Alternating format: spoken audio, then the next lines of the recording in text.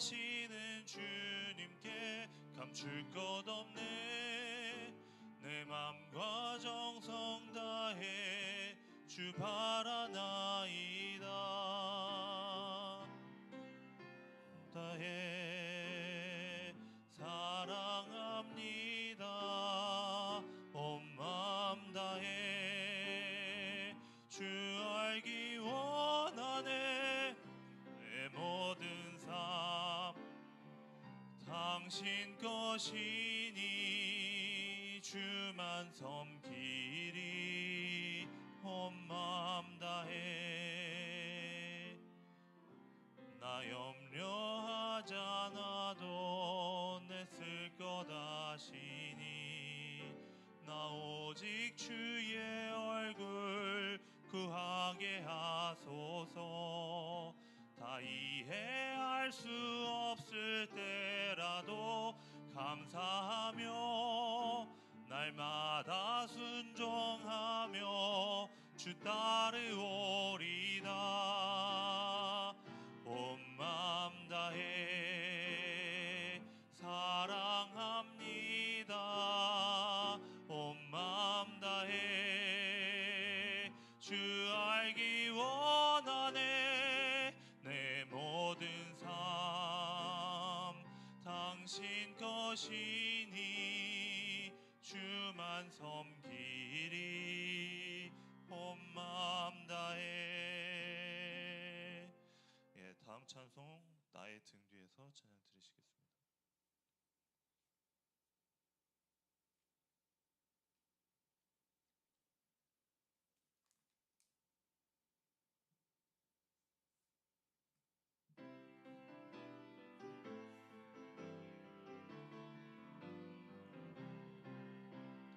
나의 등 뒤에서 나를 도우시는 주, 나의 인생길에서 지치고 고나여 처럼 주저앉고 싶을 때 나를 밀어주시네. 일어나 걸어라 내가 새 힘을 주리니. 일어나 너 걸어라 내 너를 도우리.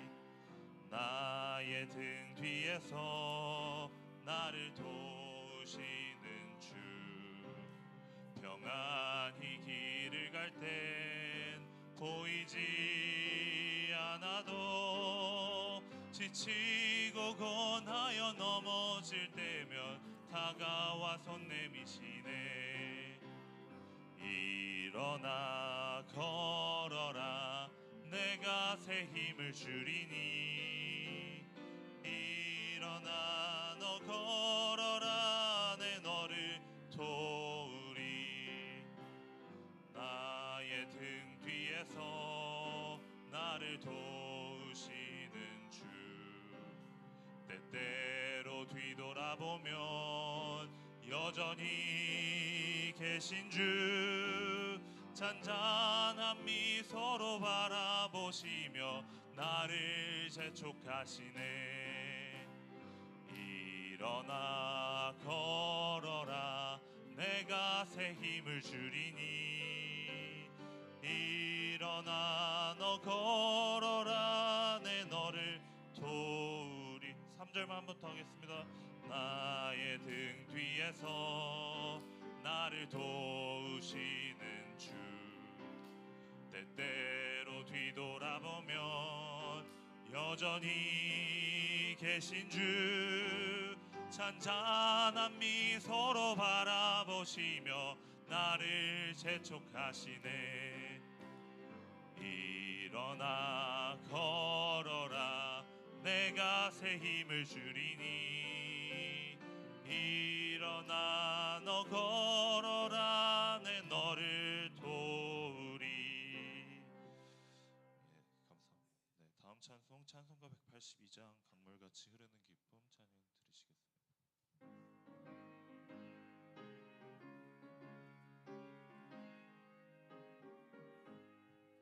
강물같이 흐르는 기쁨 성령 강림함이라. 정하도록 주의 거처 되겠네. 주님 주시는 참된 평화가 내 맘속에 넘치네. 주의 말씀에 거센 풍랑도 잠잠하게 되도다. 게 됨은 성령이 마심이라. 모든 이심 슬픔 사라져 주의 평강 넘치네. 주님 주시는 참된 평화가 내 맘속에 넘치네. 주의 말씀에 거센 풍랑도 잠잠하게 되도다. 하늘에서 단비 내리고 햇빛 찬란함같이 우리 마음에 성령이 많이 주님 보내심이라. 주님 주시는 참된 평화가 내 맘속에 넘치네. 주의 말씀에 거센 풍랑도 잠잠하게 되도다. 생명신에 넘쳐 흘러서 마른 광야 적시니 이의 별매 무르익어서 주수를 기다리네.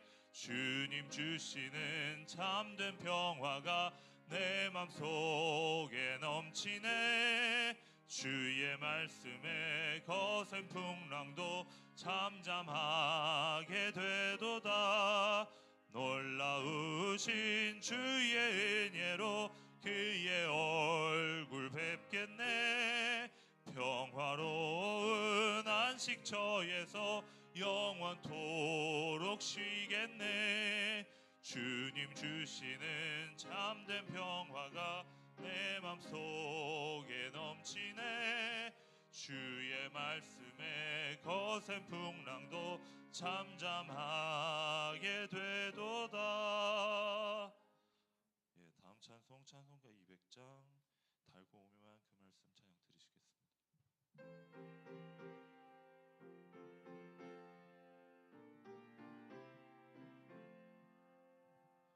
달고 묘한 그 말씀 생명의 말씀은 귀한 그 말씀 진실로 생명의 말씀이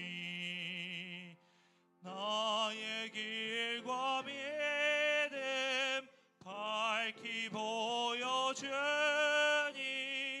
아름답고 귀한 말씀 생명샘이로다. 아름답고 귀한 말씀 생명샘이로다. 귀한 주님의 말씀은 내 노래 되도다.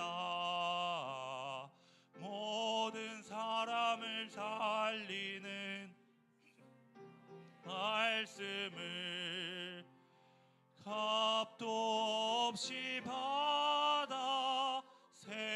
생명길을 가니 아름답고 귀한 말씀 생명샘이로다. 아름답고 귀한 말씀 생명샘이로다. 널리 울리어 퍼지는 생명의 말씀은 마음의 용서와 평안을 골고루 주나니 다만 예수 말씀 듣고 복을 받네. 아름답고 귀한 말씀 생명샘이로다. 아름답고 귀한 말씀 생명샘이로다. 아멘. 예, 다음 찬송 예배합니다 찬양 드리시겠습니다.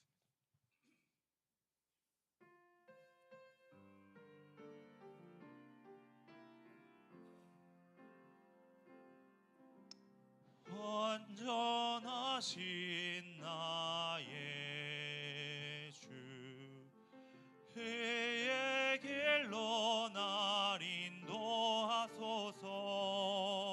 행하신 모든 일 주님의 영광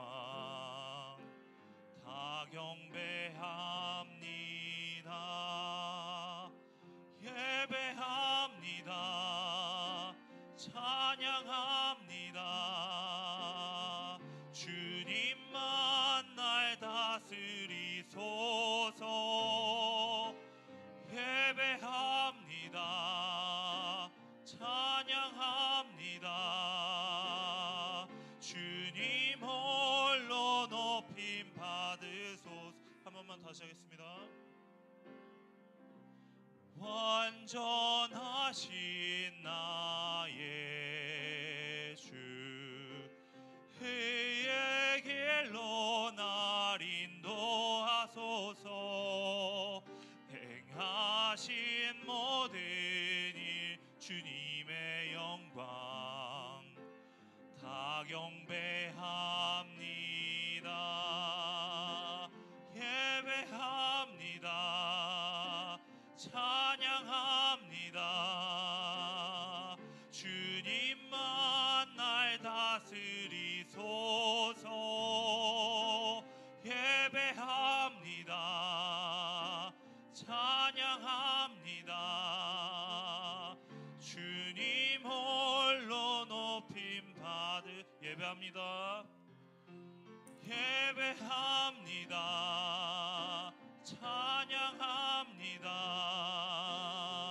주님만 날 다스리소서. 예배합니다. 찬양합니다. 주님 홀로 높임 받으소서. 네, 감사합니다. 예배 전에 광고를 하고 하겠습니다. 지난주에 저희 어머니시고 이 교회의 원로 장로님을 계시는 성인숙 장로님께서 별세하셨어요. 별세를 하셔서 참 어머니의 사랑을 다시 한번 생각해 보면 10월 9일 날 별세를 하셨는데 평소에 이 아들이 목회자 되는 것에 대해서 자랑스럽게 생각을 하셨고 늘 지금까지 무심양면으로 도와주시고 기도해 주셨습니다. 그래서 작게 생각해 보면 10월 9일 날 별세하셔서 주일 이렇게 목회자가 아시다시피 우리가 큰 사이즈도 아니기 때문에 여러 제 손길이 가야 될 곳이 많은데 그나마 그것을 좀 지켜주시기 위해서 이렇게 주일 지키기 전에 장례 치를 수 있게 해주신 것이 참 감사하고, 두 번째는 그래도 제 동료 목사님이 많이 계셔서 우리 이원하 목사님이 조문 예배 이끌어 주시고 또 우리 임 목사님께서 그리고 장례 예배 마지막까지 참석할 때 사모님까지 하시고 또 멀리 미국에서 차진희 목사님 오셔서 발인 예배까지 다 잘 준비해서 제 친구 목사님들이 다 자리를 지켜주셔서 참 감사했고요. 또 무엇보다도 여러분들이 정말 이렇게까지 함께 기도하고 참여해 주셔서 참 감사한데 이 모든 것이 다 앞으로 하나님 나라 갈 때까지 제가 최선을 다해서 목회하고 또 받은 대로 갚으라고 하는 그런 의미로 생각을 하고 더 열심히 하도록 하겠습니다. 그래서 유족을 대표해서 제가 먼저 여러분들에게 인사하고 그리고 예배 시작하도록 하겠습니다. 고맙습니다.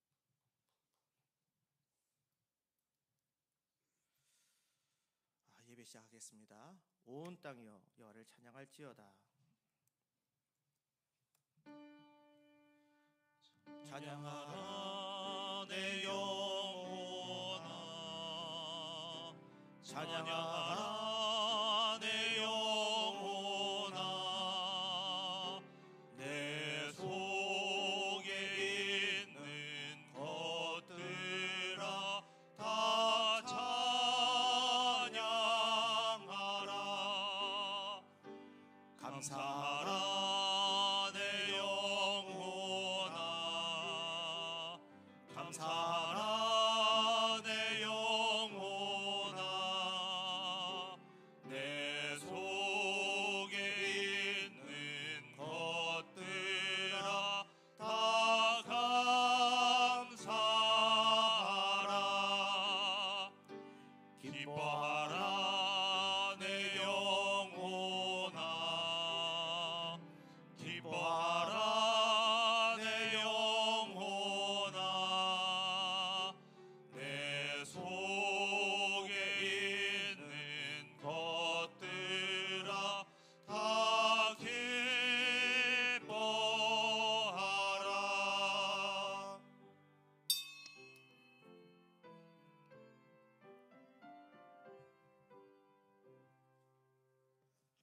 온 땅이여 하나님께 즐거운 소리를 낼지어다.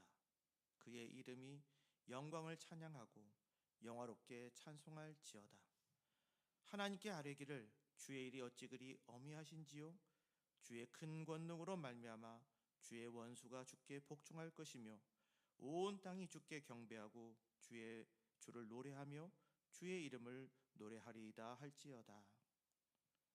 언제나 변함없는 사랑으로 우리를 돌보시는 하나님, 이 시간 복되신 주님의 자비를 받고자 주의 백성이 신음하며 간구합니다. 주님은 요단의 물을 허락하셨지만 우리는 아바나와 바르발의 물을 고집했습니다. 엘리사의 권면으로 말씀하셔도 헛된 아집에 빠져 영적 질병이 깊었습니다. 이 시간 참회하는 마음으로 주님의 말씀에 우리의 영혼을 7번 담급니다.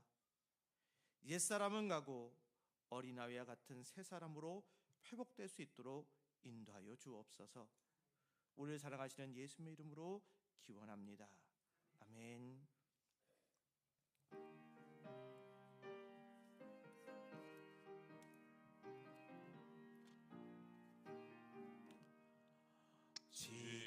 지금까지 지내온 것 주의 크신 은혜라 한이 없는 주의 사랑 어찌 이루 말하랴 사랑의 주의 손이 항상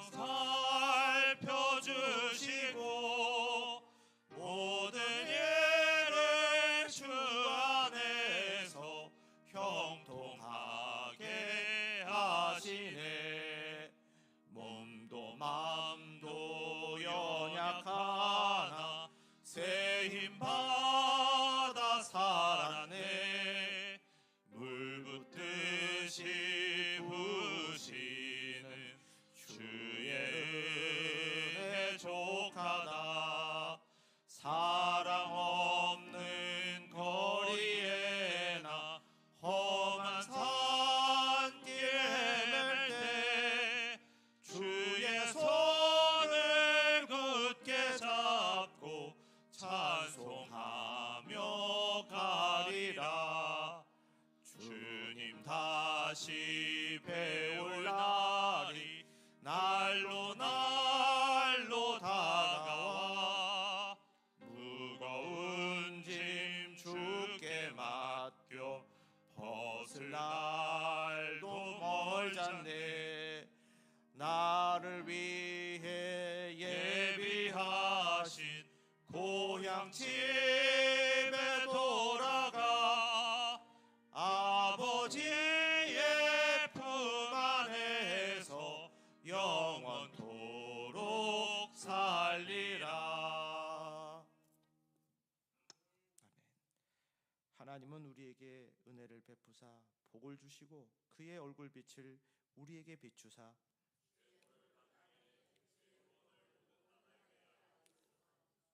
하나님이여 민족들이 주를 찬송하게 하시며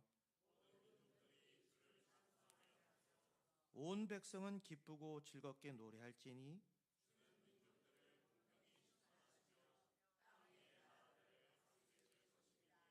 하나님이여 민족들이 주를 찬송하게 하시며 모든 민족으로 주를 찬송하게 하소서.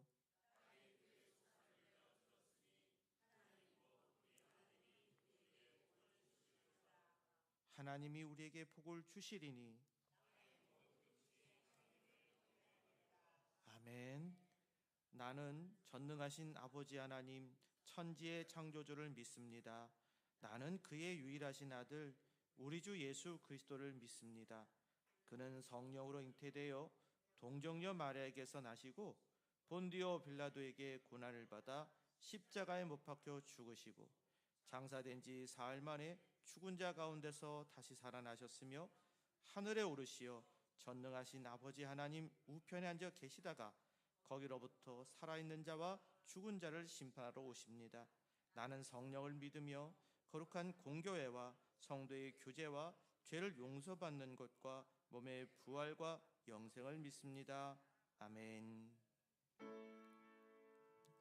성부 성자와 성령 찬송과 영광 돌려보내세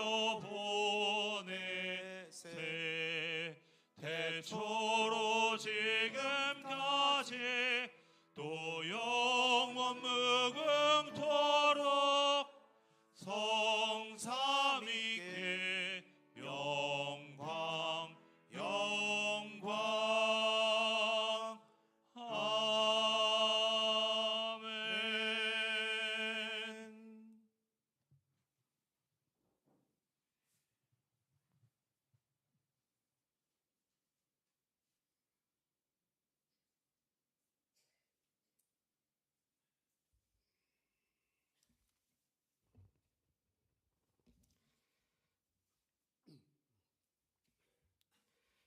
전능하신 하나님, 고 성인숙 장로님 주님께서 예비하신 영원한 초소로 영접하시고 유가족들에게는 은혜와 사랑으로 늘 붙잡아 인도하여 주시옵소서.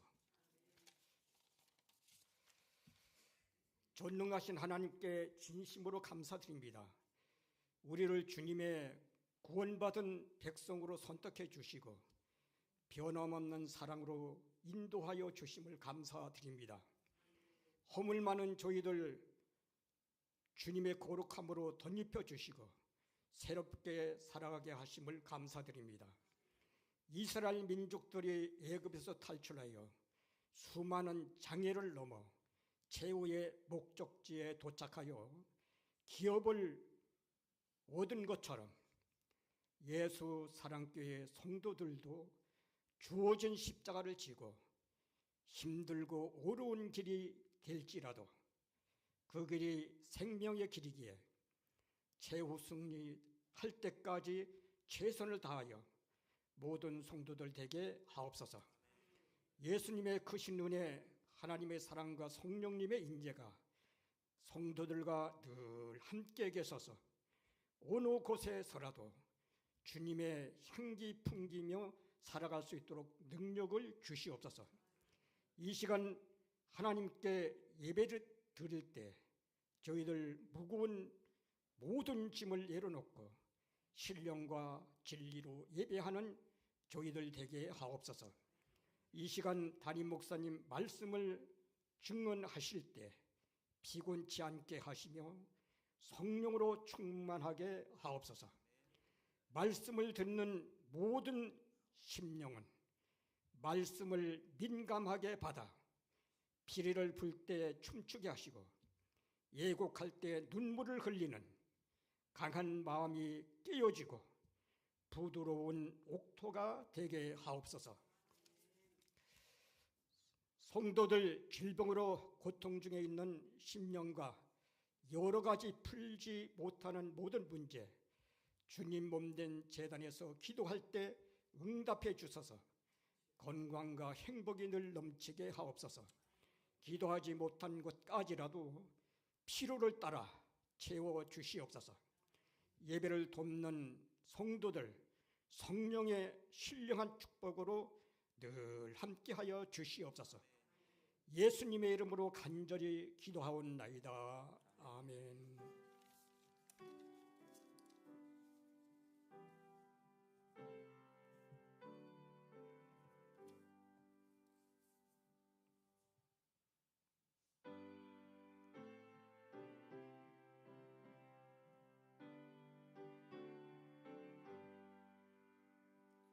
내 주를 가까이 하게 함은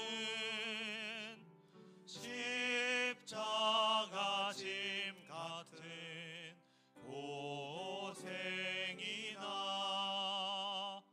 내 생소원은 늘 찬송하면서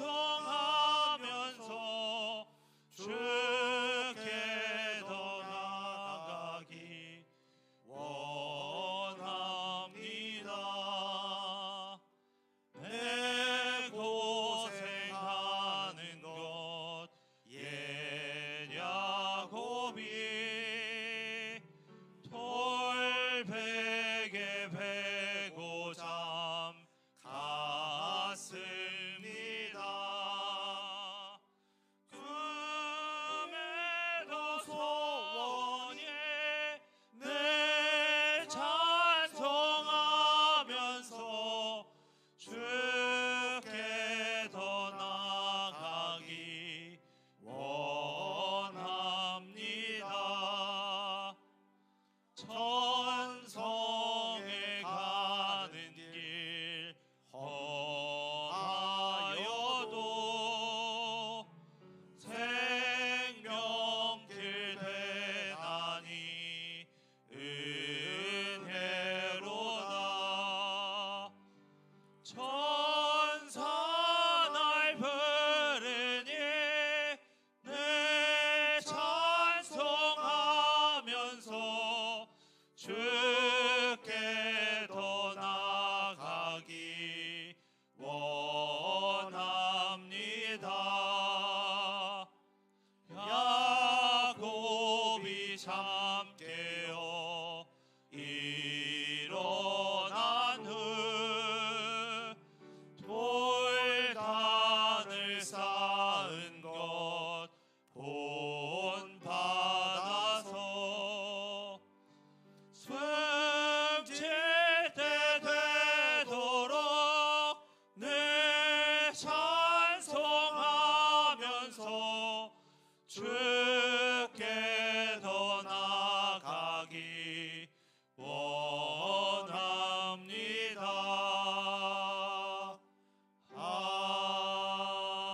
아멘. 오늘 우리에게 주시는 말씀은 사무엘상 25장 14절부터 31절입니다. 합독하겠습니다. 하인들 가운데 하나가 나발의 아내 아비가일에게 말하여 이르되 다윗이 우리 주인에게 문안하러 광야에서 전령들을 보냈거늘 주인이 그들을 모욕하였나이다. 우리가 들에 있어 그들과 상종할 동안에 그 사람들이 우리를 매우 선대하였으므로 우리가 다치거나 잃은 것이 없었으니 우리가 양을 지키는 동안에 그들이 우리와 함께 있어 밤낮 우리에게 담이 되었습니다. 그런즉 이제 당신은 어떻게 할지를 알아 생각하실지니 이는 다윗이 우리 주인과 주인의 온 집을 해하기로 결정하였음이니이다. 주인은 불량한 사람이라 더불어 말할 수 없나이다 하는지라. 아비가일이 급히 떡 200덩이와 포도주 2가죽 부대와 잡아서 요리한 양 5마리와 볶은 곡식 5세아와 건포도 100송이와 무화과 뭉치 200개를 가져다가 나귀들에게 싣고 소년들에게 이르되 나를 앞서가라. 나는 너희 뒤에 가리라 하고 그의 남편 나발에게는 말하지 아니하니라. 아비가일이 나귀를 타고 산 호젓한 곳을 따라 내려가더니 다윗과 그의 사람들이 자기에게로 내려오는 그들과 마주치니라.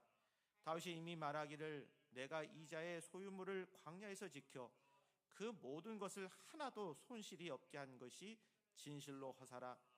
그가 악으로서 나의 선을 갚는도다. 내가 그에게 속한 모든 남자 가운데 한 사람이라도 아침까지 남겨두면 하나님은 다윗에게 벌을 내리시고 또 내리시기를 원하노라 하였더라. 아비가일이 다윗을 보고 급히 나귀에서 내려 다윗 앞에 엎드려 그의 얼굴을 땅에 대니라. 그가 다윗의 발에 엎드려 이르되 내 주여 원하건대 이 죄악을 나 곧 내게로 돌리시고 여종에게 주의 귀에 말하게 하시고 이 여종의 말을 들으소서. 원하옵니다. 내 주는 이 불량한 사람 나발을 기치 마옵소서. 그의 이름이 그에게 적당하니 그의 이름이 나발이라. 그는 미련한 자니이다. 여종은 내 주께서 보내신 소년들을 보지 못하였나이다. 내 주여 여호와께서 살아계심을 두고 맹세하노니 내 주도 살아계시거니와 내 주의 손으로 피를 흘려 친히 막으셨으니 내 주의 원수들과 내 주를 헤아려 하는 자들은 나발과 같이 되기를 원하나이다. 여종이 내 주께 가져온 이 예물을 내 주를 따르는 이 소년들에게 주게 하시고 주의 여종의 허물을 용서하여 주옵소서. 여호와께서 반드시 내 주를 위하여 든든한 집을 세우시리니 이는 내 주께서 여호와의 싸움을 싸우심이요 내 주의 일생에 내 주에게서 악한 일을 찾을 수 없음이니이다. 사람이 일어나서 내 주를 쫓아 내 주의 생명을 찾을지라도 내 주의 생명은 내 주의 하나님 여호와와 함께 생명 싸개 속에 쌓였을 것이요 내 주의 원수들의 생명은 물매로 던지듯 여호와께서 그것을 던지시리이다. 여호와께서 내 주에 대하여 하신 말씀대로 모든 선을 내 주에게로 행하사 내 주를 이스라엘의 지도자로 세우실 때에 내 주께서 무죄한 피를 흘리셨다든지 내 주께서 친히 보복당하셨다든지 함으로 말미암아 슬퍼하실 것도 없고 내 주의 마음에 걸리는 것도 없으시리니 다만 여호와께서 내 주를 후대하실 때에 원하건대 내 주 여종을 생각하소서 하니라. 아멘.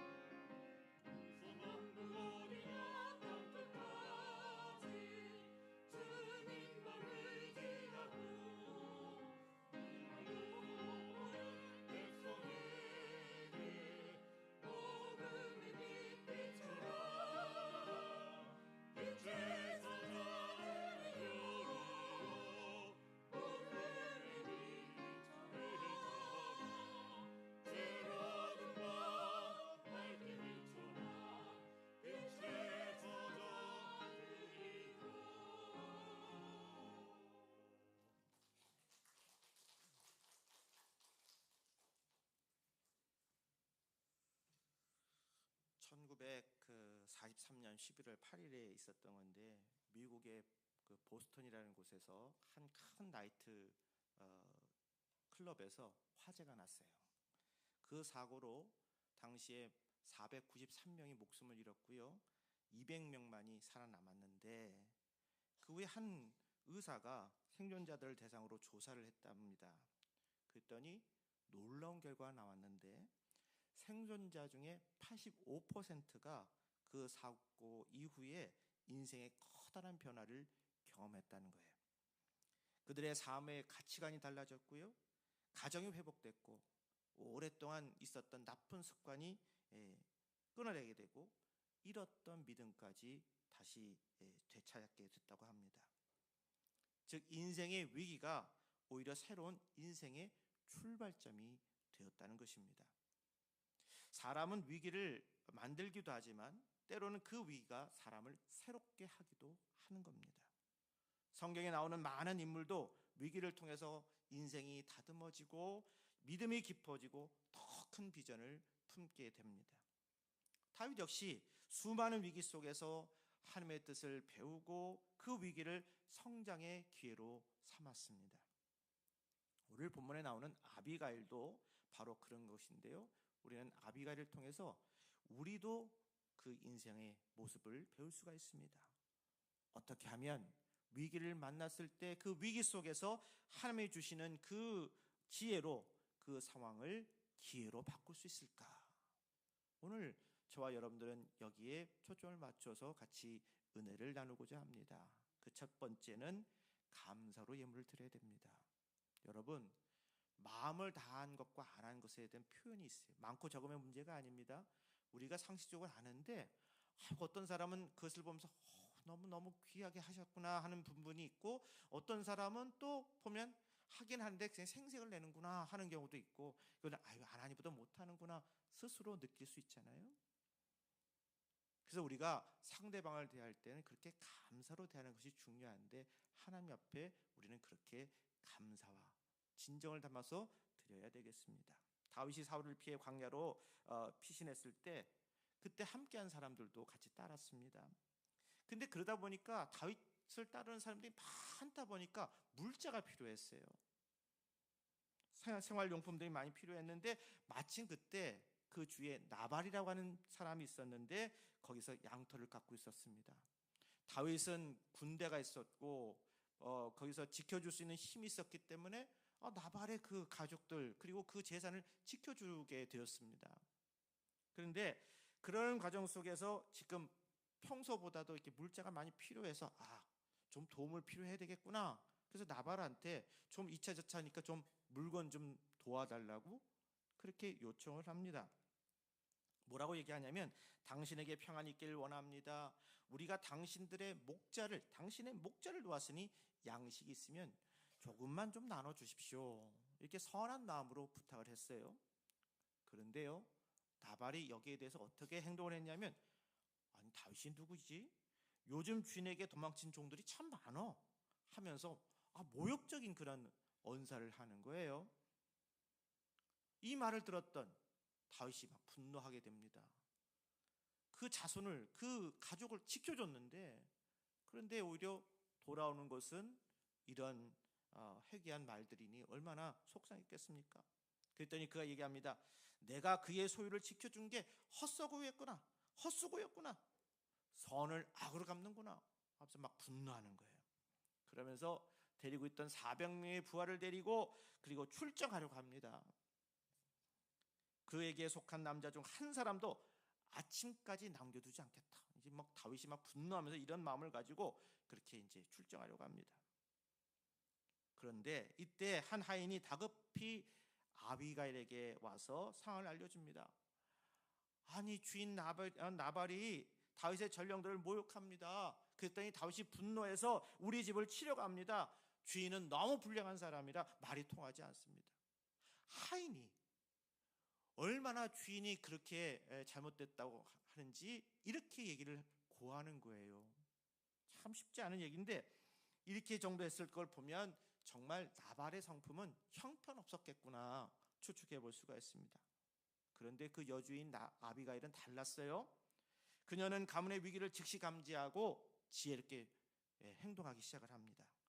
성경에 보니까 급히 떡 200덩이를 그리고 포도주 2가죽 부대, 요리한 양 5마리, 볶은 곡식 5사, 건포도 100송이, 무화과 뭉치 200개를 급히 실어서 나오게도 실어서 다윗에게 막 보내는 거예요. 늦었다 생각했지만 할 수 있는 일을 최선을 다해서 아비가일은 지금 하는 겁니다.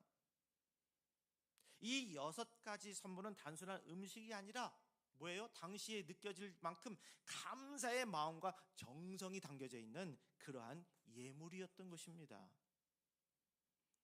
사람의 마음은 계산적인 뇌물에는 다치지만요, 이렇게 감사가 담겨져 있는 진심 어린 선물에는 열리거든요. 뭐라고 했어요? 다윗이 지금 막 이 집안을 도륙하려고 하는 그런 마음이 있었다고 그랬잖아요. 그런데 지금 이런 마음을 푸는 역사가 이렇게 일어나기 시작을 한 거예요. 여러분, 우리가 하나님께 드리는 예물도 마찬가지입니다. 억지로 드리면 뭐 사람들 앞에서는 보일 수 있겠지만 하나님은 하신단 말이에요. 그래서 우리가 우리 형편에 맞게 많든지 적든지 감사로 드리는 그런 신앙생활을 해야 되겠습니다. 우리 인생에서도 기억해야 할 것이 있습니다. 살면서 꼭 기억해야 할 2가지 종류의 사람이 있습니다. 바로 범사에 감사하는 사람, 그리고 풍성하게 주는 사람입니다. 왜 풍성하게 줄까요? 받은 은혜가 너무 감사하니까. 감사하는 사람이 있기에 하나님의 일도 그렇게 이루어지는 겁니다. 원망하면 원망할 일이 더 생기게 되고, 감사하면 감사할 일이 더 생깁니다. 원망은 원망을 낳고 감사를 낳습니다. 하나님은 지금도 감사의 예물을 드리며 하나님의 일을 이루어갈 아비가일과 루디아 같은 사람을 찾고 계세요. 여러분, 지금 하는 일에 사명감을 가질 수 있기를 주님으로 축복합니다. 성공했다면 그 성공을 선교와 사랑을 위해서도 사용하시기 바랍니다. 하나님이 주신 열매와 물질로 사는 사람을 돕고 하나님의 일을 진전시키는 그 삶은 그것만큼 복된 일은 없습니다. 항상 감사하는 마음으로 드리는 예물과 선물로 위기를 기회로 바꾸시고, 그 감사의 탑 위에 행복과 축복의 탑을 함께 쌓아가는 저와 여러분 되기를 주님의 이름으로 축복합니다. 2번째는 겸손한 자세를 갖추라는 얘기입니다. 아비가일은 다윗을 위한 선물을 급히 준비한 후에 소년들을 보내면서 너희는 나보다 먼저 가라고. 소년들이 그 기동성이 있을 거 아니겠어요? 그러니까 지금 급한 가정 속에서 최선을 다하는 아비가일의 모습을 볼 수가 있는 거예요. 이 일은 지혜로운 선택이었습니다. 말해봤자 통하지 않을 것을 알았기 때문에 아비가일은 얘기하지 않고 지금 소년들을 보내서 지금 이 문제를 수습하려고 하는 아비가일의 지혜를 보십시오. 그녀는 혼자 나귀를 타고 산길을 내려가던 중 마침 분노에 찬 다윗을 일행을 마주칩니다. 그 순간 아비가일은 재빨리 나귀에서 내려서 얼굴을 땅에 묻고 그리고 이야기합니다. 한번 생각해 보세요. 지금 아비가일의 신부는 부유한 안주인입니다. 자존심도 있었을 거예요. 근데 그 자존심 내려놓고 겸손히 다윗에게 고개를 숙이고 있습니다. 맞이했습니다. 뭘 얘기하는 걸까요? 부유한 거 상관없이 지금 아비가일은 교만하지 않았습니다. 그리고 오히려 낮은 상태에서 최상의 예우를 해주는 거예요. 상대방에 대해서. 여러분 기억해야 됩니다. 우리 겸손은 뭐니 해도 우리가 사업으로 따지면 남는 장사예요. 웃는 얼굴에 침 안 뱉는다고 그러고요. 겸손한 자에게 누가 해코지 하지 않습니다. 겸손은 언제나 그렇습니다. 아비가일이 바로 그런 겸손을 했어요. 뭐라고 얘기했습니까? 내 주여 원하건대 이 죄악을 나 곧 내게로 돌리시고 이 요정의 말을 들으소서. 분노하면 듣지 않을 텐데 지금 분노한 다윗에게 마음을 내려놓게 하고 지금 겸손한 마음으로 가게 하니까 어떻게 했어요? 다윗이 그 다음부터는 들을 생각을 하겠죠? 아비가일은요, 이 어리석은 남편의 잘못을 자신이 짊어지겠다고 말하는 거예요. 이것은 단순한 사과가 아니라 자신을 낮추어서 십자가의 희생처럼 대신하려는 마음이 여기에 담겨져 있습니다.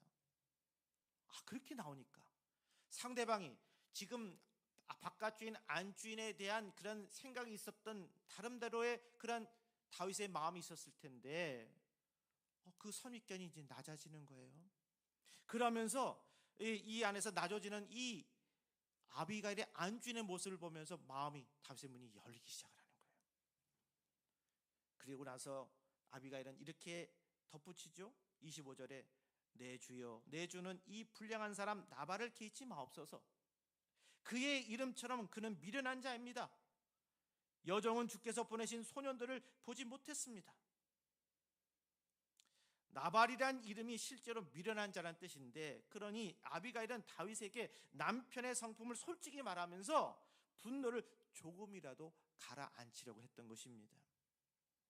여러분, 우리가 어떤 형편에 있든지 우리가 섬김의 자세로 자신을 낮추면 우리의 영혼은 풍성해지고 사람들과의 관계도 좋아지며 무엇보다도 하나님과의 관계가 깊어집니다. 겸손은 단순히 고개를 숙이는 게 아니에요. 자신의 위치를 할 일이 알고 하나님 앞에 자신을 바르게 보는 겁니다. 높은 자리에 있으면 자부심을 가지되 너무 높아지지 말고, 낮은 자리에 있으면 자존감을 잃지 말고 너무 낮아지지 말고, 그러면서도 늘 겸손한 마음으로 나가게 되면 안다니까요. 사람들은 그분이 어떤 마음을 갖고 있고 어떤 자세를 취하고 있는지 안다니까요. 지나친 자기 비하도 또 다른 교만이기 때문에 항상 자신의 입장에 있어서 늘 선대하려는 마음 갖는 거, 이걸 갖지 않은 겁니다. 한 교정기관 출소자가 있었습니다. 그는 한 목사의 장례식장에 찾아와서 새벽에 조문을 하게 됐어요. 그때 상주가 조문은 아침 6시부터 받습니다 라고 정중히 얘기했는데, 그 사람이 화를 내면서 이런 얘기를 했대요. 내가 전과자니까 무시합니까? 라고 하면서 문자를 보냈대요. 하지만 아무도 그때 그 조문하려는 사람이 전과자라는 거 몰랐어요. 문제는 뭐예요? 상대의 태도가 아니라 스스로 내가 전과자지 하는 상처에 사로잡혔다는 거예요. 때로 사람들은 전과자라서 취직이 안 돼요 라고 얘기하지만 그 말 속에는 스스로 이미 묶어버린 탕자 컴플렉스가 있습니다. 내가 이렇게 죄를 졌는데 뭐 내가 지금 아버지 아들이 될 수 있겠어? 이런 컴플렉스 말이에요. 탕자가 아버지 집으로 돌아와도 여전히 죄책감에 묶여 있다면 그건 아버지 하나님의 마음을 아프게 하는 것일 것입니다. 겸손은 자신을 비하하게 하는 게 아닙니다. 하나님 앞에서 나의 부족함을 인정하면서도 동시에 나의 가치를 인정하는, 진짜 그것이 바로 겸손이라는 거 우리 기억하십시다. 나는 부족하지만 하나님은 크십니다. 나는 연약하지만 하나님은 나를 귀하게 쓰십니다.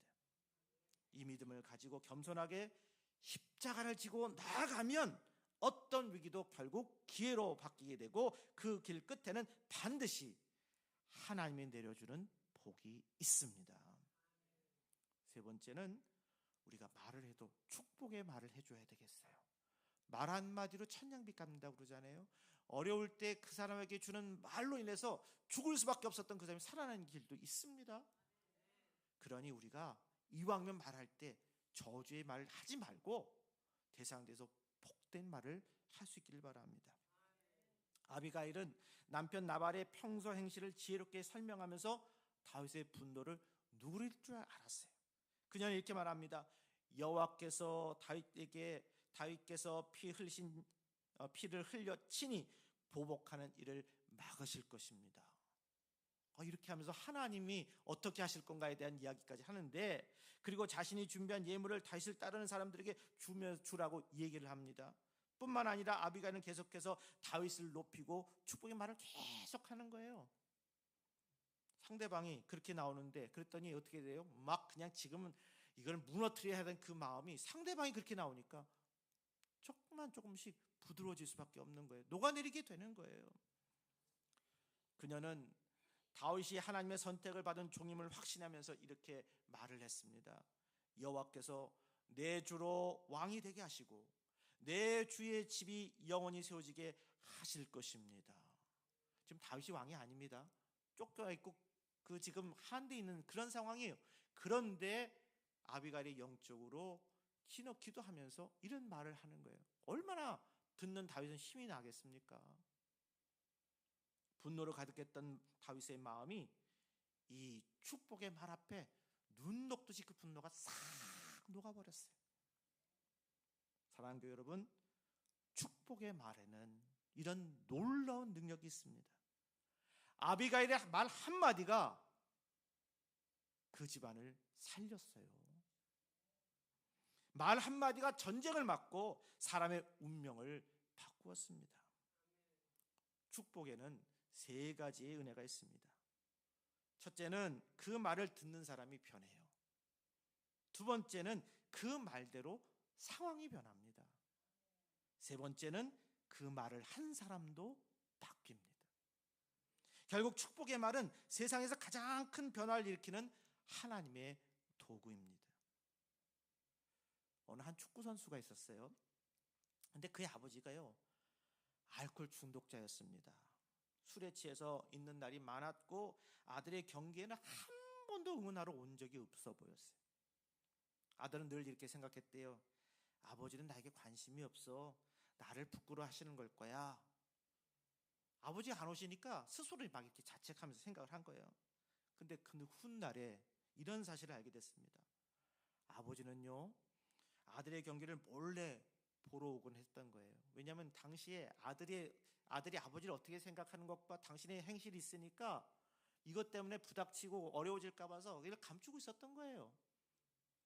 하지만 아들 친구들 앞에서 술꾼 아버지의 모습이 보기 싫어서 멀리서만 보고 조용히 돌아가는 사실을 이 아들은 알 수가 없었어요. 세월이 흘렀습니다. 그리고 그 아들은 신학대원에 들어가서 목사가 됐습니다. 그러던 어느 날 아버지가 심장마비로 쓰러져 있다는 사실을 알게 됐습니다. 급히 병원에 달려갔을 때 아버지는 거의 의식이 없는 상태였습니다. 그런데 그때 아버지가 그 자기에게 다가오는 아들을 의사로 이렇게 착각하게 된 거예요. 그래서 이런 얘기를 합니다. 의사 선생님, 제 아들이 참 자랑스럽습니다.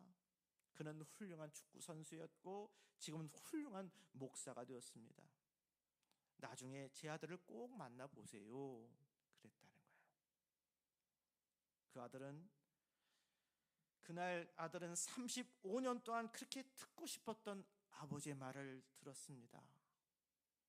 나는 내가 자랑스럽다. 그 한마디의 축복의 말이 그 오랫동안 가지고 있었던 아버지에 대한 그 감정을 싹 눈 녹게 했어요. 오랜 상처가 다 사라졌습니다. 그 말 한마디가 아들의 인생의 치유의 역사가 시작이 된 거예요. 사랑하는 교회 여러분, 가족에게 축복의 말을 많이 해주시기 바랍니다. 기도 속에서 하는 축복도 귀하지만 입술로 들려주는 축복의 말은 또 다른 능력이 있어요.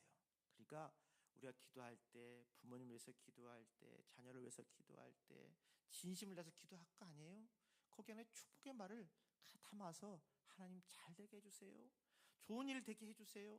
복된 삶 살게 해주세요. 그러면 그 상황 속에서 나도 은혜가 돼. 복을 빌어주는 나도 거기 안에서 기쁨이 넘치게 된단 말이에요. 여러분, 그러면서 항상 우리는 이런 축복의 말을 계속합시다. 너는 내 자녀이기 전에 하나님의 자녀야. 하나님이 너를 지켜주실 것이야. 내가 참 자랑스럽다. 이런 부모의 한마디가 자녀에게는 평생의 언약이 되고 인생의 버팀목이 됩니다. 하나님은 그 축복의 말을 통하여 그래서 가정을 세우시고 무너진 마음을 일으키십니다. 축복의 말은 결코 헛되지 않습니다. 우리가 축복을 말하면 하나님께서 그 말을 들으시고 그대로 이루어 주세요. 가정에서도 교회에서도 공동체에서도 축복의 언어가 흘러넘치면 그것은 반드시 위기가 기회로 넘치고 그리고 거기 안에 은혜가 넘치는 삶을 살게 됩니다. 한번 보세요. 지금도 분쟁이 있는 교회, 갈등이 있는 교회는 축복의 말 안 합니다. 네가 옳으니 내가 옳으니 막 이러면서 갈라지게 되고 중간에 신앙생활 온 사람들은 그것 때문에 은혜를 받으러 왔다가 은혜 다 깨져 나갑니다. 그런데 사이즈 상관없이 그저 안에서 공동체 활동 잘하면서 어서 오세요, 예수 믿고 구원 받으세요, 오셔서 감사합니다, 그리고 아무개 집사, 아무개 권사, 아무개 장로 하면서 서로 위해주고, 그리고 한 주간 잘 살아가는 그 공동체 한번 보십시오. 아유, 나도 그 공동체에 들어가서 같이 신앙생활 해보고 싶다, 그러지 않겠어요? 여러분, 그런 마음을 가지고 축복하며 그리고 그런 마음으로 살아가는 복된 인생 되기를 주님으로 축복합니다. 그리고 우리는 지혜롭게 말을 해야 되겠습니다. 말 한마디로 천냥vic한다고 그러잖아요. 어려울 때 그에게 필요한 말을 해주면요, 그게 얼마나 힘이 되는지 몰라요. 그리고 또 분노할 때 그것을 잘 해결해주면, 사실은 그 언어 속에서 보면 내 뜻은 그게 아닌데 상대방이 막 오해하는 경우가 생겨요. 나는 분명히 잘 되게 하라고 얘기했는데 상대방은 너 그때 못 되게 되는 거구나, 그렇게 생각할 수 있잖아요. 그래서 우리 기도할 때도 참 지혜롭게 말을 할 수 있게 해달라고 그렇게 기도하면서 상대방에게 말 한마디라도 잘 해야 될 것입니다. 오늘 본문에 24절부터 31절에 나오는 아비갈의 말을 요약하면 이렇습니다. 내 주 다윗이여, 당신이 분노하는 마음을 충분히 이해합니다. 그러나 앞으로 위대한 지도자가 되실 분이 양심의 가책이 안 되도록 복수의 칼을 거두어 주세요, 이 얘기예요. 특히 아비가일은 거의 그 구절마다 뭐라고 얘기했어요? 지금 안주인이고 여기는 지금 물건을 달라고 하는 그런 사람이에요. 근데 그 사람한테 내주라고 얘기해요. 내주, 주인이라고. 아주 하대할 때까지 그 높은 위치에 있지만 그 상대방한테 자신을 하대하면서까지 높입니다. 왜? 앞으로 왕이 될 사람이라고 생각하니까. 이처럼 상대를 존중하고 높여주는 말 한마디가 폭력성과 공격성을 크게 누그뜨립니다. 여러분, 싸움할 때 그런 거잖아요. 자존심 때문에 싸움하잖아요. 아무것도 아닌데 소위 빈정상한다고 그러죠. 큰 문제 때문에 문제되는 일은 거의 없어요. 조그만 것 때문에 어라? 우리가 음식을 먹을 때도 뭘 나눌 때도 아니, 당신 날 요거밖에 생각 안 하는 거야? 이런 마음이 꼬여서 어둠이 들어가서 큰 문제가 되잖아요. 그러니까 이런 일들을 보면서 항상 우리는 정말 상대방을 존중하고 높여주는 말 한마디로 인해서 이런 쓸데없는 오해 생기지 않도록 그렇게 해야 되겠습니다. 사람의 말은 점잖고 품격 있는 사람을 함부로 사람들은 대하지 않습니다. 그래서 위기 중일수록 말부터 침착해야 됩니다. 말은 사람을 살리기도 하고 죽기도 합니다. 여러분, 허위 증거 얘기할 때 그런 거잖아요. 막 있는데 뭐 저 사람이 하나님의 아들입니다, 뭐 주님은 그런 얘기를 그렇게 얘기하지 않는데 주위에서 막 이렇게 하면서 선동하는 거예요. 선동이 문제인 거예요. 거짓말하는 게 문제인 거예요. 그렇기 때문에 이런 일들 보면서 말 한마디로 하지도 않은 말을 했다고 하면서 그걸 막 물어서 사람을 죽이는 일도 있고, 또 하나는 진실된 얘기 속에서 변호해서 죽을 수밖에 없었던 그 사람을 살려내기도 한단 말이에요. 말은 이렇게 힘이 있습니다. 그래서 여러분, 말로 남을 판단하지 말고 먼저 자신을 돌아보는 지혜를 갖게 해달라고 기도할 수 있길 바랍니다. 철학자 파스칼은 이런 얘기를 합니다. 사람은 남의 죄와 잘못에는 분노하면서 자기의 잘못은 보려하지 않는다. 내로남불이죠. 근데 그렇게 하지 말라는 거예요. 참 억울해도 말을 절제하고 참고 기다리면 하나님의 때가 있어서 됐다, 이제 합격이다 하시면서 은혜 문을 활짝 열어주실 것입니다. 사랑하는 여러분, 누군가 나의 말을 듣고 영원히 살아나게 하는 그런 삶을 살아가십시다. 비판으로 사람을 바꾸기 어렵습니다. 비판해서는 그 사람 안 바뀌어요. 예수님도 사람의 마음을 변화시키는 것이 얼마나 어려운지를 알았기에 직접 십자가를 지셨잖아요. 그러니 말할 때마다 영혼을 살리는 말을 하자고요. 믿음의 말, 교양 있는 말, 상대를 높여주는 호칭, 그리고 지혜로운 말의 기술을 익히면 그 사람 이미 복된 인생의 무기를 가질 수 있습니다. 우리가 살다 보면요, 다 인격자들이 존엄이 있잖아요. 근데 거기다가 막 그냥 말할 수 없는 참 굴욕적인 이야기를 들으면요, 사람이 평생 갑니다. 잊어지질 않아. 근데 그렇게 상처받은 사람도 해야 할 일은 기도하면서 후를 털게 해달라고 기도해야 될 것이고, 그렇게 말하는 사람은 내 입에서 그런 말 나가지 않게 해달라고 기도해 주셔서 우리가 살아가는 이 공동체 안에서 서로가 서로를 돌볼 수 있는 그런 아름다운 공동체를 피차에 만들어가야 할 것입니다. 사도 바울은 성령의 은사 중 첫 번째로 지혜의 말씀을 했습니다. 예수님의 제자들은 많이 배우지는 못했지만 성령이 임하게 되니까 지혜가 충만해졌습니다. 지혜로운 말은 낙심된 사람을 일으키고요, 두려움에 갇힌 사람에게 확신을 주며 피고의 자리에 있었던 사람은 오히려 증언의 자리에 서게 합니다.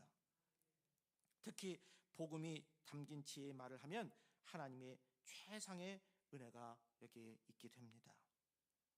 여러분, 우리 인생에는 예고 없이 위기가 찾아옵니다.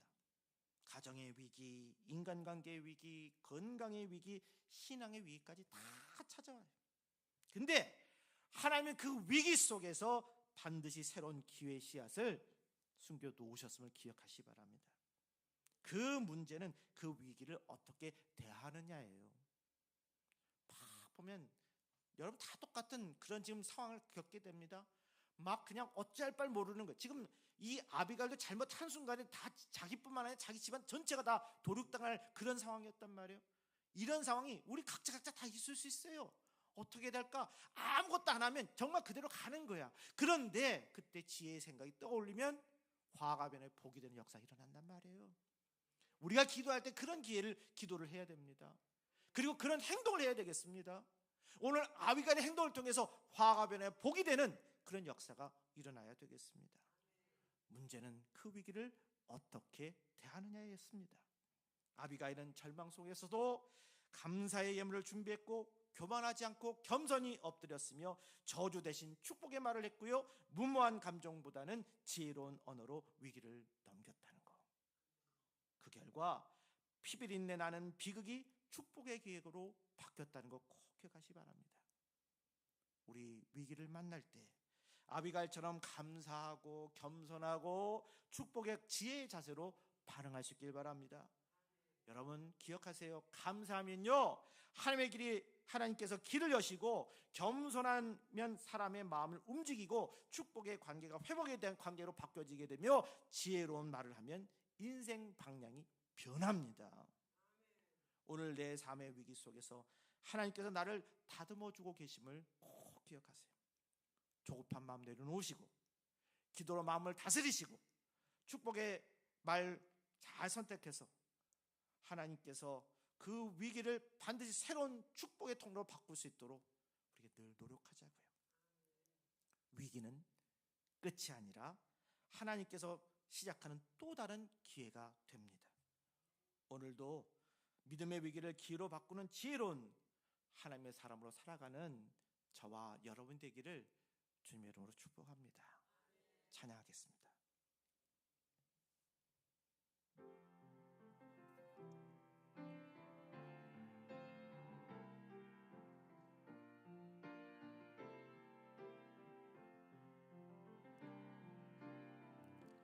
약할 때 강함 되시네 나의 보배가 되신 주 나의 모든 것. 주 안에 있는 보물을 나는 포기할 수 없네. 주 나의 모든 것. 예수 어린 양 존귀한 이름. 예수 어린 양 존귀한 이름. 십자가 죄사하셨네. 주님의 이름 찬양해. 주 나의 모든 것. 쓰러진 나를 세우고 나의 빈 잔을 채우네. 주 나의 모든 것.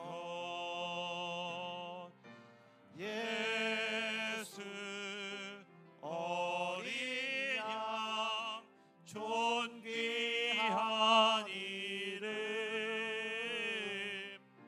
예수 어린 양 존귀한 이름.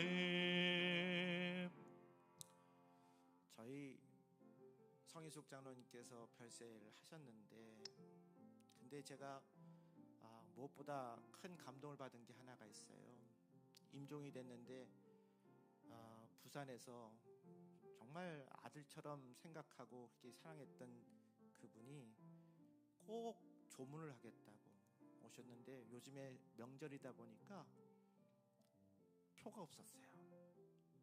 그리고 이렇게 어렵게 해서 구해왔는데, 동탄에 12시, 밤 12시 한 40분, 50분 이렇게 도착하는 그 표 하나를 구해온 거예요. 사실 조문이라고 하는 거 그 상황에서 그 장소가 있고 우리도 얼마든지 이해가 되는 그런 상황이어서 전화로 하고 뭐 여러 가지 할 수 있는데, 이분은 꼭 오신 거예요.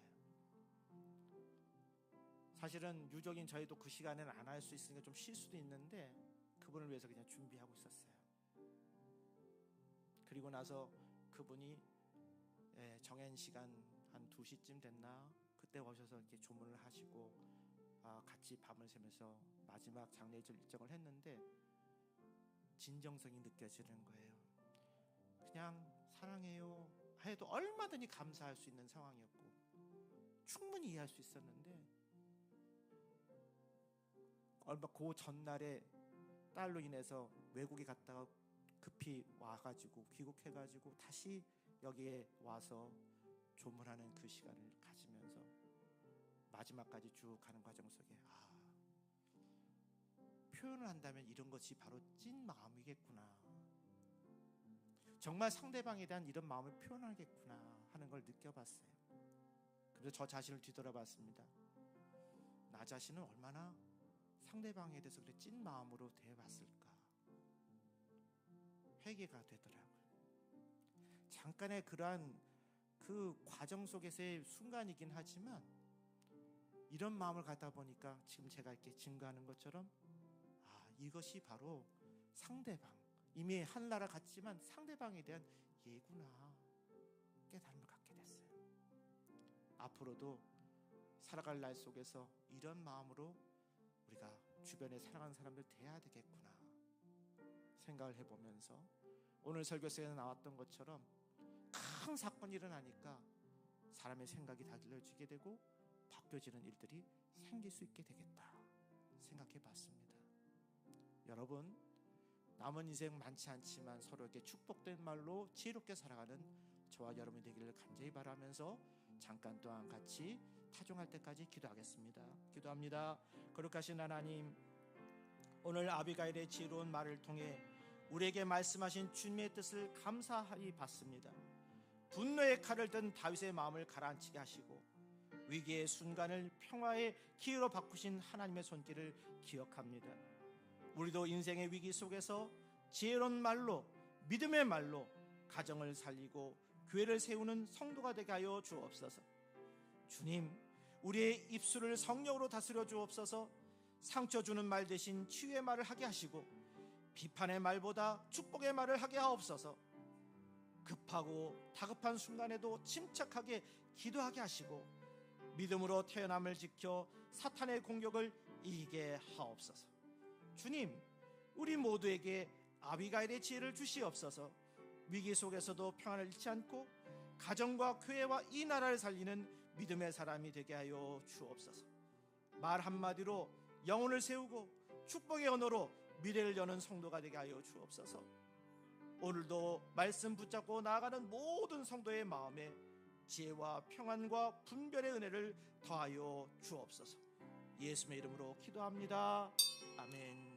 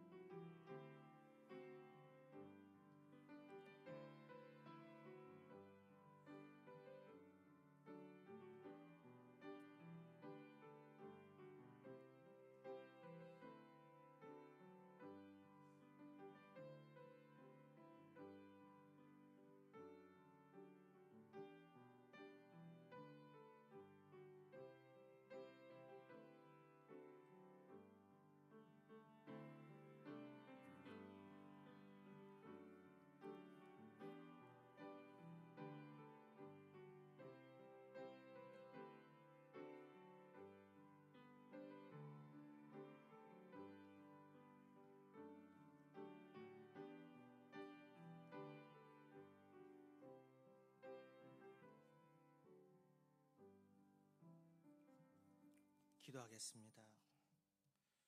선하신 주님, 주께서 베푸신 자비와 긍휼로 인해 감사의 예물을 드립니다. 주님은 무너진 우리의 마음을 일으켜 세우셨고 어둡고 침울한 우리의 삶의 텃밭을 일굴 힘과 용기를 허락해 주셨습니다. 모든 것이 주께로부터 왔음을 고백하는 이 시간, 이 적은 예물을 받아주시고 하늘로부터 내리시는 복과 은혜로 충만하게 하여 주옵소서. 예수님의 이름으로 축복합니다. 아멘. 일어나셔서 1장 부르시겠습니다.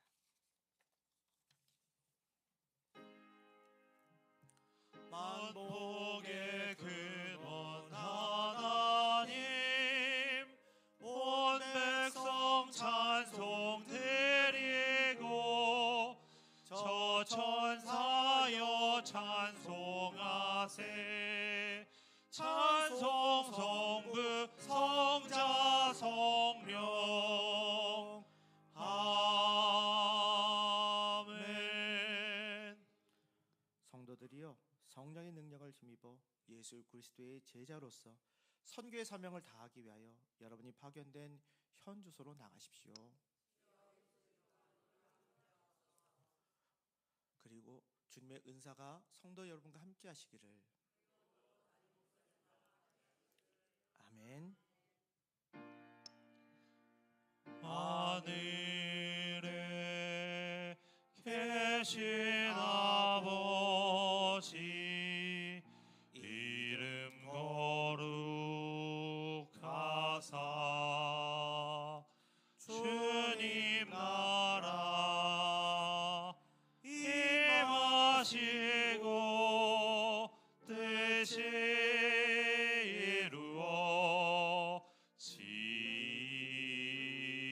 이루어지이다. 일용할 양식 주시고 우리들의 큰 죄 다 용서하옵시고 또 시험에 들게 마시고 악에서 구원하소서. 대개 주의 나라 주의 권세 주의 영광 영원히.